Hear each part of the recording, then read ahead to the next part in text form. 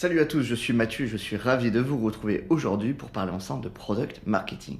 Parmi les sujets que j'évoque régulièrement avec les product marketers que je rencontre, vient très souvent celui de la collecte d'insights. Que ce soit pour mieux comprendre ses buyers persona, pour influencer leur roadmap, ou bien simplement pour mesurer la performance d'un lancement ou l'awareness d'une feature, la collecte d'insights est essentielle au métier du product marketer. La semaine dernière, je recevais juste ici Simon, le cofondateur de Scribe, pour parler de ce sujet passionnant. Et ça commence tout de suite.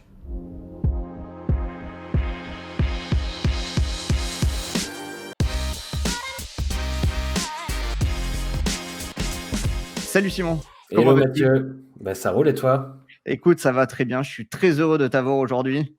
Pareil, hyper content d'être avec toi et de pouvoir te parler de tout ça aujourd'hui ensemble. Génial. Très rapidement, si on revient sur ton parcours, je vais pas dérouler ton CV, mais tu as toujours baigné dans le digital, dans le produit, tu as été journaliste avant. Tu nous en dis un petit peu plus rapidement sur ta carrière? Ouais, écoute, moi ça fait aujourd'hui une petite dizaine d'années que je travaille dans l'univers du produit. J'avais Ok. cofondé une première boîte en 2013 où j'avais cette casquette de product en tant que Ok, cofondateur dans la boîte. Même si en 2013 en France on parlait pas trop de product management, de c'est produits. clair. C'est arrivé un petit peu après, mais dans les faits, c'est quand même un peu ce que je faisais dans cette boîte-là. On faisait un SaaS de gestion des conversations sur les réseaux sociaux et on travaillait avec les directions marketing de pas mal de grosses boîtes en France. Et en 2015, on a été racheté par un SaaS qui s'appelle iAdvise, qui est voilà, une boîte qui fait un outil de gestion des conversations entre les marques et les consommateurs. Et eux, à l'époque, étaient vraiment spécialisés sur les conversations sur le site, dans les apps mobiles, tu vois, en chat, notamment sur les sites e-commerce. Et en fait, l'idée, avec le rachat de la boîte que j'avais cofondée, c'était de fusionner nos deux plateformes et de permettre à nos clients de gérer leurs conversations sur tous les canaux, y compris du coup les réseaux sociaux, les applications de messagerie, etc. Trop bien. Donc, dans cette boîte-là, moi, je suis resté 3 ans en tant que product manager et ensuite 2 ans product marketing manager. Ça on Ah, aime. voilà, exactement. Donc, expérience vraiment top. Et j'en suis reparti donc, au bout de 5 ans pour cofonder Scribe, où j'ai retrouvé cette casquette product et marketing. C'est un peu les deux fonctions que j'ai aujourd'hui. Ok. Et puis, la plupart de nos clients sont eux-mêmes des équipes produits, PM, PMM. Donc, je continue à pas mal graviter dans cet écosystème-là, quoi, du coup. Super intéressant. Donc, tu le disais, il y a un peu plus de 2 ans, tu as cofondé Scribe. Aujourd'hui, tu pilotes les équipes, donc produits et marketing. Donc, la double casquette te va bien, en plus de celle que tu portes aujourd'hui. Ah, si je te demande de me dire en deux, trois mots, Scribe, c'est quoi? En fait, Script, c'est un outil de collecte de feedback in-app destiné aux éditeurs SaaS, aux éditeurs d'app mobile, qui en fait va leur permettre de mieux comprendre leurs utilisateurs et donc de mieux acquérir, retenir et faire grandir en fait ces utilisateurs au sein de la plateforme. Donc la manière dont ça marche, c'est que tu peux aller collecter directement dans ton SaaS ou directement dans ton application mobile tout un tas de feedback quali ou quanti de la part de tes utilisateurs et utiliser ça pour aller itérer sur ta roadmap, améliorer ton expérience produit, mieux comprendre les attentes de tes utilisateurs, mieux connaître finalement tes utilisateurs et tes clients, quoi. Super. Et aujourd'hui, tu travailles avec quelle typologie de boîte? Tu m'as dit des PM, des PMM, mais tu as peut-être quelques noms de clients comme ça pour nous faire rêver. Ouais, clairement, en fait, pour vous faire rêver, je sais pas, mais en tout cas, nous, on est hyper contents de travailler avec des boîtes comme Nespresso, Penny Lane, Smallable, iPay, Epsor, Legal Start. Voilà, donc même si toutes ces boîtes-là sont pas des boîtes SaaS, tu vois, ou applications mobiles, mais c'est des boîtes qui, évidemment, dont le cœur d'activité est en ligne. Et dans ces boîtes-là, on travaille toujours avec les équipes produits, beaucoup de product managers et de plus en plus de product marketing managers également, quoi. OK, c'est génial. Et du coup, si on se reprojette, un petit peu dans le passé, avec tes cofondateurs, d'où vous vient cette idée de créer Scribe, d'aller sur cette typologie de plateforme? En fait, le point de départ, c'est une phase de discovery finalement qui est assez longue, hein, où on contacte, presque une centaine de boîtes, différentes, dans des industries différentes et on échange avec elles un peu sur, les problèmes qu'elles peuvent rencontrer et une grande majorité d'entre elles nous expliquent qu'elles ont beaucoup de questions à poser à leurs clients, à leurs utilisateurs, mais qu'en général, ces gens-là ne répondent pas. Et c'est vrai qu'en entendant ça, on a fait ce constat aussi pour nous-mêmes en tant que consommateurs nous-mêmes ou qu'utilisateurs d'app nous-mêmes. Quand on reçoit un questionnaire par email, je ne sais pas si ça t'arrive de temps en temps, Bien sûr, souvent, ouais. mais en général, on ne répond pas en fait aux questions qu'on nous pose. Et donc, on a cherché un peu à mettre des chiffres là-dessus et on s'est rendu compte que tous les questionnaires qu'on reçoit par mail, en moyenne, il y a seulement 8% des gens qui répondent. Et même les questionnaires qu'on voit affichés parfois dans les applications, il y a seulement 12% des gens qui répondent. Donc, on s'est dit, OK, il y a un gros besoin là-dessus. Les boîtes nous disent qu'elles ont besoin des réponses. Les gens ne répondent pas. Est-ce que c'est une fatalité ou est-ce qu'on peut résoudre un peu ce problème? Et donc, on a travaillé à partir de là sur les manières dont on pourrait réinventer cette expérience en fait, de questions-réponses, tu vois, entre les marques et les internautes. Et ça a été le point de départ de Scrib, où on a complètement revu les formats en s'inspirant beaucoup plus de là d'où on venait, de l'univers social média, l'univers conversationnel. Et donc, on a des formats beaucoup plus interactifs, beaucoup plus ludiques, qui vont inciter en fait, les gens à répondre. Et en moyenne, pour te donner une idée, en moyenne chez nos clients, on est entre 40 et 60% de taux de réponse Ah ouais, aux c'est questions qui énorme. vont. En fait, l'avantage de ça, c'est évidemment pas un objectif en soi d'avoir beaucoup plus de réponses, Bien mais sûr. l'intérêt que ça a d'avoir beaucoup plus de réponses, c'est que tu as des données qui sont beaucoup plus représentatives en fait de l'ensemble de tes utilisateurs et donc des données qui vont t'aider à prendre des meilleures décisions plus rapidement et à aller dans la bonne direction en fait derrière. Donc ça crée très vite un cercle vertueux lorsque tu arrives à obtenir beaucoup plus de réponses comme on permet de le faire chez nos clients, quoi. Donc au final, tu étais presque ton premier client, toi qui venais du produit et qui avait subi tous tes pains, tu t'es dit: «Voilà, ça c'est vraiment le truc que j'ai envie de tacler» et Effectivement, on a tous été confrontés à ça. Tu sais, ouais. on se pose des questions, on a envie de travailler sur sa roadmap de l'année prochaine. Et la bonne idée, c'est on envoie un questionnaire par email qui fait 15-20 questions. Puis en fait, on se retrouve avec quelques réponses. Pas forcément les réponses de nos clients les plus impactants, les plus importants. Et finalement, on peut pas vraiment se baser sur ces données-là pour prendre des décisions. Donc effectivement, ça, moi, je l'ai vécu aussi dans le passé. Et c'est clairement le genre de sujet qu'on résout aujourd'hui chez Script, quoi. Et j'imagine que le fait, du coup, d'avoir beaucoup plus de réponses te permet aussi de qualifier et peut-être segmenter tes utilisateurs qui répondent? Exactement, parce qu'après, si tu veux, je pourrais te montrer après comment ça marche, Avec mais plaisir, avec grand plaisir.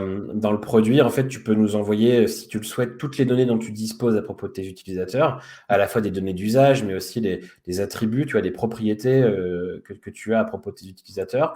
Et ça va te servir à construire des segments d'utilisateurs pour décider à qui est-ce que tu poses quelles questions et quand dans leur parcours, l'utilisateur.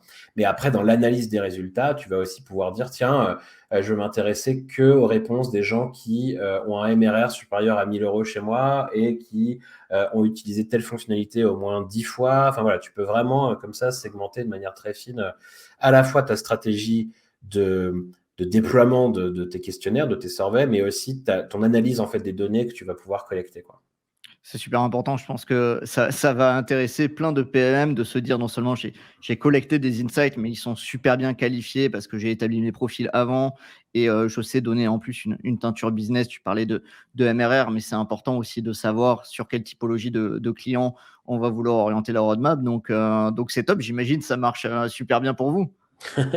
Écoute, c'est encore un peu le début, hein. La boîte, elle est jeune, hein, parce que nous, Ouais. ça fait grosso modo 12 mois que notre produit est vraiment entre les mains de nos premiers utilisateurs. Donc, c'est encore récent. Mais voilà, comme je te disais, on est hyper fiers de pouvoir accompagner les boîtes que je citais tout à l'heure. Et surtout, cette première année, nous, vraiment de déploiement sur le marché, elle nous a permis d'aller pouvoir mesurer aussi précisément que possible à quel point on pouvait être utile finalement pour ces premiers utilisateurs.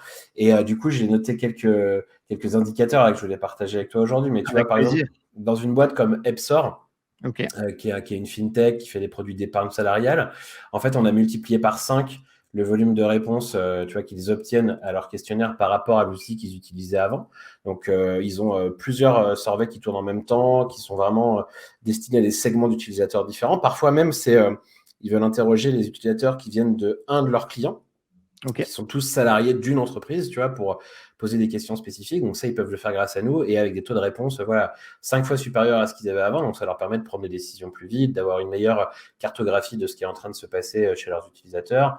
Chez Legal Start, pour donner un autre exemple, la capacité d'aller comme ça poser des questions très rapidement à leurs utilisateurs, ça a fait que maintenant dans leur playbook un peu produit, quand ils travaillent sur des nouveaux projets, ils se fixent à la fois des objectifs quanti, tu vois, d'adoption des nouvelles fonctionnalités, ce genre de choses, mais aussi des objectifs quali, de satisfaction des utilisateurs, ce genre de choses. Et tant que l'un ou l'autre n'est pas atteint, bah, ils considèrent que le projet n'est pas terminé. Donc, c'est Ok, vraiment rentrer un peu au cœur de leur projet et de la manière dont ils travaillent maintenant sur leur nouveauté produit, quoi.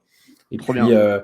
un autre exemple chez Penny Lane. Penny Lane, ça fait partie de ces boîtes un peu en hyper croissance en ce moment, sur lesquelles Bien tu sûr.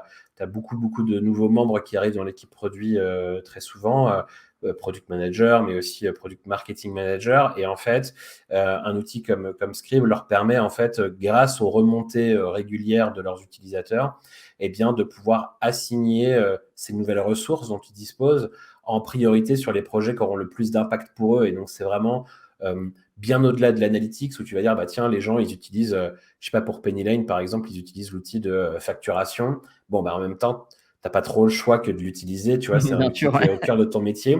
Mais à quel Exactement. point les gens, ils sont contents ou pas de ça?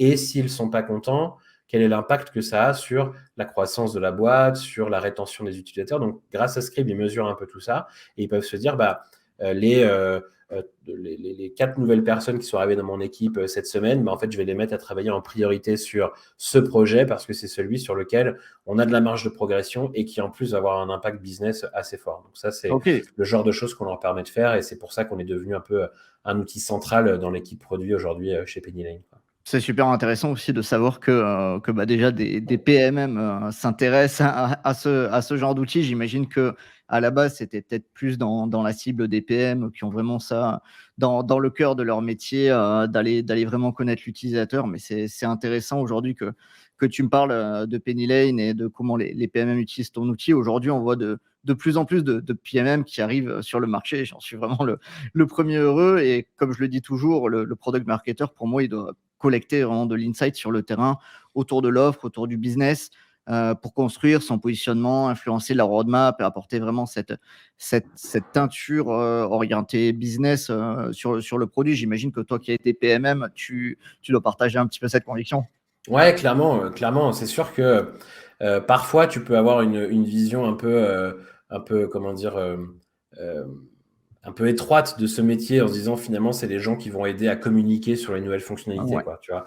Mais en vrai, hein, le boulot d'un PMM, c'est pas ça. Un PMM, c'est vraiment tu vas travailler en amont et en aval des roadmaps, quoi. Et en amont pour accompagner les product managers à identifier tous les signaux en interne et en externe qui vont pouvoir t'aider à prendre les meilleures décisions sur la roadmap. Et puis en aval, quand les nouvelles fonctionnalités sont effectivement sorties ou sur le point de sortir, bah, comment est-ce que tu fais pour qu'elles soient le plus adopté possible et avec voilà, la meilleure satisfaction possible et les meilleurs résultats possibles. Donc effectivement, pour moi, c'est une mission qui est hyper transverse, qui est assez centrale pour le succès finalement de ces entreprises-là et, et collecter des insights de la part de tes utilisateurs, quanti ou quali, ça fait partie pour moi clairement du cœur du métier parce que ça va être des sources de données pour t'aider en amont et en aval à prendre les meilleures décisions et à faire les meilleures recommandations et à mettre en place les meilleurs plans d'action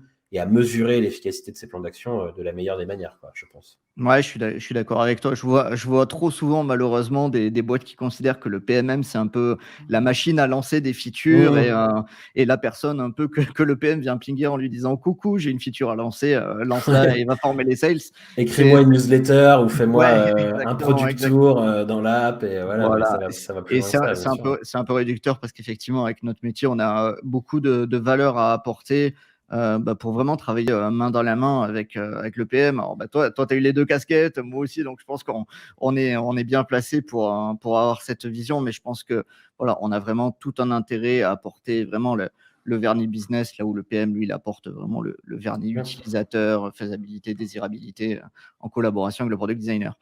Et OK, c'est super clair. Si on revient un petit peu à ton outil, on a un peu digressé.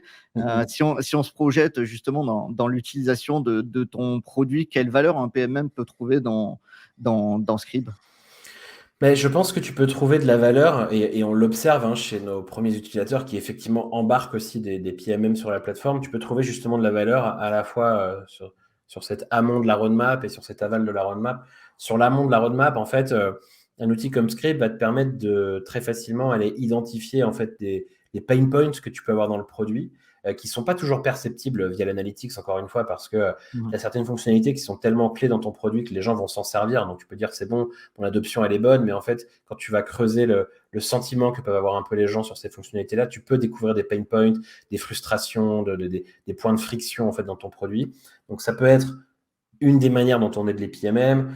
Ça te permet aussi parfois en fonction des questions que tu poses, de mieux identifier certains concurrents ou des alternatives à ton produit qui pourraient être envisagées par des utilisateurs qui sont dans des phases de free trial, par exemple, ce genre de choses.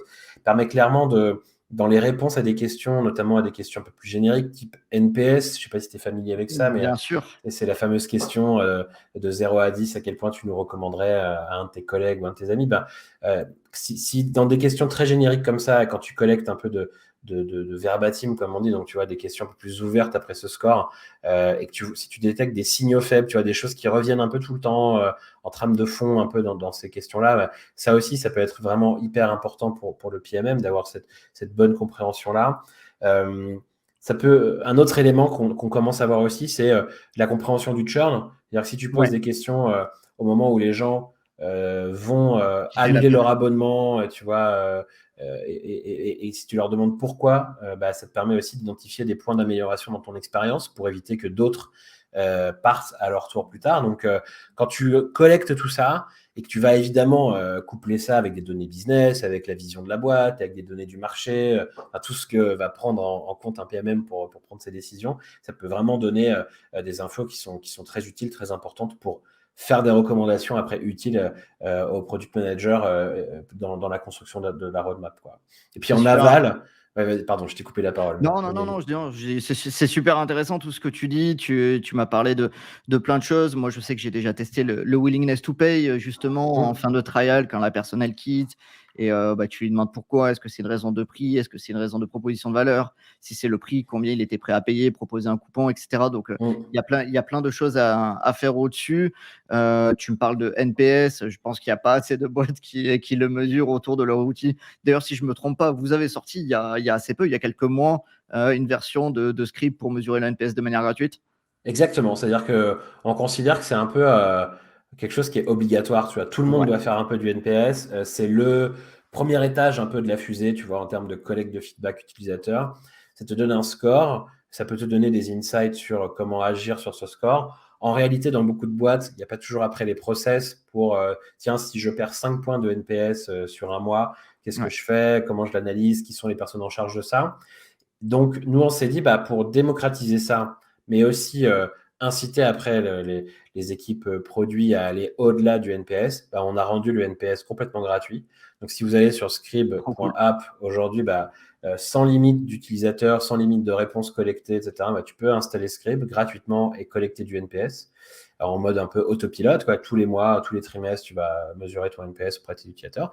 Et puis après, nous, évidemment, l'idée, c'est de te montrer qu'on peut faire plein d'autres choses avec la plateforme qui seront très utiles.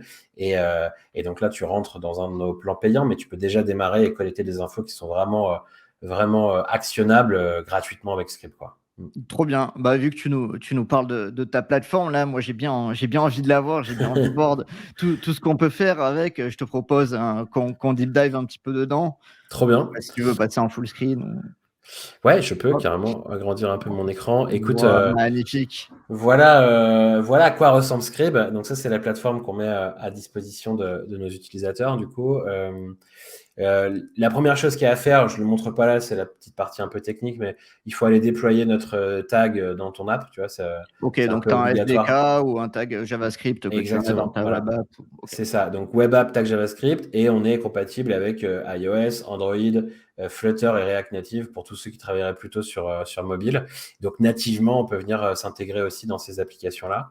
Trop Et, bien. euh, et lorsque tu as fait ça, eh bien en fait, l'étape d'après, c'est d'aller créer ton premier serveur.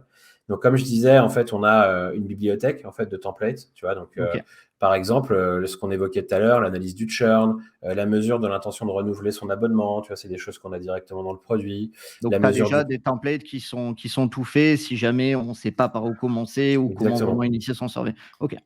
Voilà, donc ça permet d'avoir de l'inspiration, voir des questions toutes prêtes à poser, ou alors tu te dis, ah ouais, tiens, c'est intéressant de pouvoir mesurer cette intention de renouvellement. Par contre, moi, j'aimerais pas le poser exactement comme ça. Donc, tu peux après, évidemment, construire ton propre survey à partir d'une page blanche, mais en t'inspirant un peu de ces questions-là si tu le souhaites, quoi. Ok, Tu vois, tu as la mesure du product market fit, tu as intéressant. la qualification de tes users, l'identification des concurrents, donc tout ce qu'on évoquait aussi tout à l'heure, et puis des templates vraiment purement product, entre guillemets, en tout cas plus product management peut-être, priorisation de features, mesure de la qualité d'une expérience d'onboarding ou de sign-up. C'est Tu vas super avoir... complet. voilà, tu as beaucoup de choses comme ça qui te permettent en 2 clics d'aller poser des bonnes questions. Et puis, il y a plein de choses auxquelles nous, on n'a pas encore pensé, tu vois, jusqu'ici. Donc, ce qu'on fait de plus en plus, c'est que on propose à nos propres utilisateurs de partager aussi leur template avec le reste de la communauté. Et Ok. donc, tu vois, chez Legal Start, par exemple, Chloé, qui est product manager chez eux, eh bien, elle diffuse régulièrement des surveys dans son app pour aller recruter des bêta-testeurs en fait, sur les nouvelles fonctionnalités. Et tu vois, ils ont 35% de taux de réponse en général à ces surveys-là. Donc, Ok. tu Ah, c'est pas t'imagines mal. la taille des listes de bêta-testeurs que tu peux te construire en fait très facilement. Et après, comme tu as toutes les propriétés sur qui sont ces gens, tu vois, chez Legal Start, je sais pas combien de contrats est-ce qu'ils ont pu générer grâce à nous, ce genre de choses. Là, tu peux aussi aller sur tous les gens qui ont dit OK, je veux participer à la bêta. Affiner cette liste et aller sélectionner en fait dans la liste en fonction des propriétés que tu peux avoir sur eux, quoi, tu vois, donc, C'est trop bien. Moi qui adore créer des templates, moi, j'en fais pas mal sur d'autres choses, mais là, ça me donne vraiment envie d'aller aider les product marketeurs et créer des ouais, bah, templates. carrément, C'est très PMM pour Scribe. Non, en tout cas, carrément. ça a l'air vraiment pas mal. Et donc, ce que tu me dis, c'est initiation du projet. Je demande à mon dev d'intégrer le SDK ou le morceau de JavaScript. Et ensuite, je Voilà, suis autonome sur tout le produit pour faire le survey complètement. là où je veux, quand je veux. Complètement. Ça, c'était aussi une des frustrations qu'on avait pu noter dans les équipes produits Ouais, quand ouais, on a fait c'est notre logique. discovery. C'est toujours devoir repasser par les devs quand on a une Ouais. question à poser, quand on veut changer l'intitulé peut-être d'une question dans un formulaire dans l'app et tout. Ben là, en fait, tu déploies une fois notre tag ou une seule fois notre SDK et après, que tu sois PM, PMM, UX Researcher, ben, en fait, tu es complètement autonome pour aller poser les questions que tu veux aux utilisateurs que tu veux, quoi. Et si admettons, je me projette dans un cas là où tous mes product guys, ils sont ultra curieux et que tous, ils ont envie d'aller faire leur petit survey, il y a un mécanisme qui permet justement d'empêcher que ce soit un peu la foire et que tout le monde vienne polluer Ouais. tous les écrans? Nous, on a une fonctionnalité là qui s'appelle le survey capping, Ah, OK, où en fait, tu peux, tu as différents critères. Alors, le premier truc que tu peux faire, c'est dire, tant que l'utilisateur il n'a pas réalisé une action un peu clé, je sais pas, imaginons que tu as une appli bancaire, bah, tant que j'ai pas vérifié son identité, je lui affiche OK, aucune question, tu vois, par exemple. Tu d'accord. peux, comme ça, définir un événement clé qui doit être déclenché. Tant que ça, c'est pas déclenché, aucun survey va s'afficher. Tu peux, par personne, dire je veux que cette personne, sur, je sais pas, par mois, par semaine, par an même, je veux qu'elle voit maximum 3 surveys, tu vois. OK. Et tu peux dire voilà, je voudrais attendre 10 minutes minimum entre chaque survey, tu vois, pour éviter le côté je change de page, boum, j'en ai Ouais, un ça autre qui pop de partout, ouais. s'affiche. OK. Voilà, exactement. Donc, tu peux faire ça. Puis après, on a d'autres niveaux de réglage, tu vois, survey par survey. Tu peux dire je veux collecter maximum 300 réponses par survey. Donc, à partir du moment où c'est atteint, ça ne s'affiche plus. Donc, quand tu joues un peu avec tout ça, ça permet vraiment de régler un De peu la limiter, hein. pression Ouais. voilà, sur tes utilisateurs. Exactement. OK. Tout à l'heure, tu me parlais, justement de segments utilisateurs, de profils, de filtrer sur des MRR. Globalement, c'est quoi? C'était plugué à Segment et après ça roule? Alors, nous, on a notre propre tag, tu vois, donc je te OK. montre rapidement comment ça marche. Donc, tu peux effectivement, tu vois, déployer notre tag Scribe et c'est là où tu vas nous remonter toutes les OK. propriétés, tous les événements d'usage dans la plateforme, voilà. Mais on a effectivement aussi une bibliothèque d'intégration et on est branché Ah, à Segment. Donc, si tu as déjà fait tout ton plan de tagage avec Segment, bah, en fait, littéralement en 2 clics, on se branche à ça, on réutilise tous les events, toutes les properties et tu n'as plus rien à faire, quoi. Voilà. donc d'accord, donc là, je vois, tu t'intègres avec Segment, mais je vois sur la droite un product board et on peut se dire que tous les insights, en fait, que tu consignes avec, Scribe, tu peux les remonter dans un product board. Exactement. Mais je vais te montrer comment ça marche si tu veux. Trop bien. Bah, Mais en avec plaisir. gros, si je reviens sur la création du survey, on va prendre un template, priorisation d'une feature, tu peux lui donner un nom, tu peux lui ajouter des tags. Donc, tu vois, si c'est les surveys du PMM, bah, je vais mettre un tag PMM et donc ça va me permettre après de filtrer parmi tous les surveys qui sont en ligne, quels sont les miens et quels sont ceux qui OK. appartiennent à mon équipe, tu vois. Tu as la main, bien sûr, sur ce à quoi va ressembler le survey. Donc, voilà, à droite ici, à quoi ressemblent nos surveys. Donc, tu vois, c'est très conversationnel. Ouais, On c'est affiche qui en chat. interne pose la question, tu vois. Donc, Très ça permet personnalisé, ouais. de. Voilà, le fait de personnifier l'expérience Ouais, de questions-réponses, ça montre à tes utilisateurs que quelqu'un attend ces réponses-là, qu'elles sont importantes pour quelqu'un, et donc ça les incite encore davantage à répondre. C'est pour ça qu'on a les intéressant. taux de réponse qui sont beaucoup plus élevés. Puis tu peux bien sûr le mettre aux couleurs de ta marque, tu vois. Donc si je prends du bleu comme ça ici, voilà, tout va s'adapter au niveau des couleurs, quoi. Stylé. Et quand tu as fait ça, eh bien, c'est là où tu vas vraiment rentrer dans l'édition de ton survey. Et OK. ce que tu peux faire ici, tu vois, là, je suis sur une priorisation de features. Donc, je sais pas, je veux plus de dashboard, je veux pouvoir exporter mes données, je veux plus d'intégration. Enfin, bon, tu proposes en fait des choix à tes utilisateurs. Et ici aussi, tu peux en fait venir utiliser les données que tu pousses via Segment ou via notre tag pour venir OK. interpeller les utilisateurs et personnaliser les intitulés de questions en fait. Donc tu pourrais dire hello first name, tu vois, un truc comme ça. Et donc là, bah, si c'est une donnée que tu nous pousses, le first name, bah, ça va s'afficher, Automatiquement. voilà, ça va afficher hello Mathieu directement dans la question, quoi, tu vois. Trop bien. Bah, j'ai hâte de voir Voilà. ça. Donc quand tu fais tout ça, eh bien, enfin, voilà, tu peux vraiment construire une expérience, tu vois, de manière très visuelle dans notre éditeur ici, construire des liens logiques entre les questions et les réponses. Et donc, ça va inciter en fait les gens à les répondre jusqu'au bout, parce que c'est parfois aussi, ils répondent à la première question, ils te donnent, tu vois, ici, ils vont te dire, tiens, je voudrais ma fonctionnalité d'export, mais ils vont pas t'expliquer pourquoi. Et ben, nous, vraiment, avec cette capacité à construire des chemins logiques et des expériences qui sont très engageantes, plus de 80% des gens vont toujours au bout des surveys, tu vois. Donc, on a des taux de complétion qui sont hyper élevés, quoi, du coup. Ah, ça a l'air super bien fait, petit drag and drop, tu links les cases et c'est parti, quoi. Exactement, c'est exactement ça, ouais. Ouais, Ça a l'air fantastique. Je pense que le champ des possibles est inimaginable. Là, j'arrive assez bien ouais. à me projeter quel type de template et de survey on peut faire. Moi, personnellement, j'ai super envie de le tester, de jouer avec. Si c'est le cas, pardon, des gens qui nous regardent, aujourd'hui, comment on fait? On t'appelle directement, c'est ça? Ouais, alors on peut, moi je suis toujours ravi, tu vois, d'échanger avec des gens du produit, mais vous pouvez aussi aller sur script.app, comme je disais tout à l'heure, soit vous créez un compte et tester l'outil gratuitement sur la partie NPS, ou alors vous pouvez demander une démo, et puis là, soit moi, soit quelqu'un de l'équipe, on vous recontacte, on cale ça, et on vous montre la plateforme en entier, parce que tu vois, on est passé rapidement, mais il y a toutes ces capacités justement à créer des segments utilisateurs, Ouais, notamment à partir de toutes ces propriétés qu'on peut avoir sur eux, tu vois, donc on peut dire, tiens, je veux poser une question que aux gens qui sont admin, tu vois, ou que ceux qui ont un MRR supérieur à X, tu vois, tu peux faire tout ça. Et puis après, bah, tu as tous les tableaux de bord d'analyse qui vont te permettre, comme on l'évoquait ensemble tout à l'heure, d'aller vraiment creuser dans les données, d'aller les filtrer euh, et de dire, bah, tiens, je veux regarder que les réponses des gens qui ont tel comportement chez moi ou qui ont un MRR de X ou un rôle Y, tu vois, tu peux vraiment venir fouiller dans tout ça. Et c'est là, justement, depuis ces tableaux de bord-là, je reviens à ta question sur Product Board, mais bien tu vas sûr, ouais. pouvoir dire, tiens, ce feedback, il est hyper important pour moi. Si tu as connecté Product Board à Scribe, bah, tu vois, tu as un bouton ici, Send to Product Board, et en fait, ça part dans Product Board, et après, tu peux qualifier ces feedbacks. Toutes les métadonnées, toutes les propriétés qu'on a sur les utilisateurs sont attachées au feedback, et donc tu peux les retrouver directement dans Product Board pour bien qualifier et attacher à la bonne feature. Donc, voilà, toutes nos intégrations permettent de mieux collaborer en fait sur les fonctionnalités d'agir le plus rapidement possible après en fonction des données que tu as pu collecter, quoi. C'est génial et là, bah, je profite justement que tu me montres un petit peu la partie feedback. J'avais cru voir, en testant rapidement votre produit, que vous les classiez, dans un ordre que vous avez déterminé, peut-être avec le feedback le plus long parce que la personne avait fait l'effort et cetera de remplir un Ouais, feedback. C'est ça? C'est comment ça En se passe? fait, on a différents types de tableaux de bord. On en a certains qui te donnent un peu les performances de ton survey, tu vois, ton taux Ouais, de réponse, on vient te benchmarker. Quand tu collectes des scores type NPS, bah, pareil, on vient donner ton score, ton benchmark, la répartition un peu des scores. Tout ça, c'est interactif. Tu peux dire, tiens, si je clique là-dessus, je vais m'intéresser que aux gens qui m'ont mis un 2 pour OK, ça te comprendre filtre. pourquoi ça filtre tout, en fait. Et puis, effectivement, on commence, alors c'est encore en bêta, hein, tu vois, Ouais. c'est marqué même, Ah! mais on commence à analyser un peu le contenu.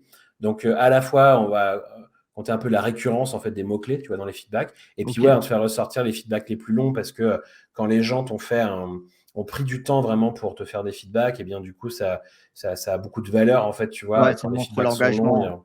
Exactement, ouais. Ouais, ouais. Et puis tout ça, tu peux le configurer pour que ça parte automatiquement dans Slack tous les jours, toutes les semaines, tous les mois. Donc, ça permet aussi d'agir plus rapidement en fait sur tous les feedbacks que tu vas collecter, quoi. Ouais, c'est super bien fait. Franchement, je suis bluffé et pour ceux qui hésitent encore à sauter le pas, peut-être, ça c'est ma partie très product guys, si tu devais m'en dire un petit peu plus sur la roadmap, vous avez quoi un petit peu dans les cartons, qui est prévu, qui Ouais. pourrait intéresser, bah, notamment les PME qui nous écoutent, mais pas que? Alors, déjà, si vous hésitez à sauter le pas, il y a 2 semaines d'essai gratuites pour tout le monde sur tous nos plans, donc faut pas hésiter, tu Bah, c'est vois, un à très bon démarrer. argument. En plus, il y a l'offre gratuite NPS, donc ça permet de tester, tu vois, sans trop de risques. Et puis après, au niveau roadmap, pour te donner des petites exclus, le mois prochain, là, en avril, courant avril, on va sortir une intégration avec Notion. Donc, ce qui va te Ouh! permettre en fait de retrouver tous les feedbacks que tu collectes directement dans une database sur Notion, tu vois. Donc, Ça, c'est tu es propre. le premier à qui j'en parle. Donc, voilà, c'est Bah, non, l'exclu. ça me fait plaisir. En plus, je suis grand fan de Notion, donc Ah bah, bien sûr, donc nous aussi, on s'en sert tous les jours et c'est un outil qui est ouais, quand même hyper utilisé dans les équipes produits un peu partout. Donc complètement, ouais. voilà, vous allez pouvoir vraiment retrouver tous vos feedbacks directement dans Notion, puis après les réutiliser dans vos différentes pages, tu vois. Donc bon, ça c'est un sujet clé qu'on sort dans quelques semaines. Et puis on va améliorer nos tableaux de bord, notamment sur la partie multilingue, pour tu vois les boîtes Ah, qui opèrent un peu dans différents pays, avoir absolument, ouais. de la traduction automatique, ce genre de choses. Et puis tu vois, on l'a aperçu un peu dans la démo, mais nous, il y a un sujet qui est évidemment clé chez nous, c'est les formats de survey. C'est ce qui nous permet d'avoir des taux de réponse comme ça qui sont aussi élevés. Donc, on continue d'investir beaucoup là-dessus, à la fois sur le web et sur mobile. Et donc, on a des nouveaux formats qui arrivent dans les tout prochains jours aussi et qui vont permettre d'encore mieux s'intégrer avec certaines expériences et d'avoir des formats, des manières de poser des questions et de répondre à ces questions qui sont radicalement différentes de ce qu'on trouve sur le marché. Donc, voilà, on travaille sur tout ça encore.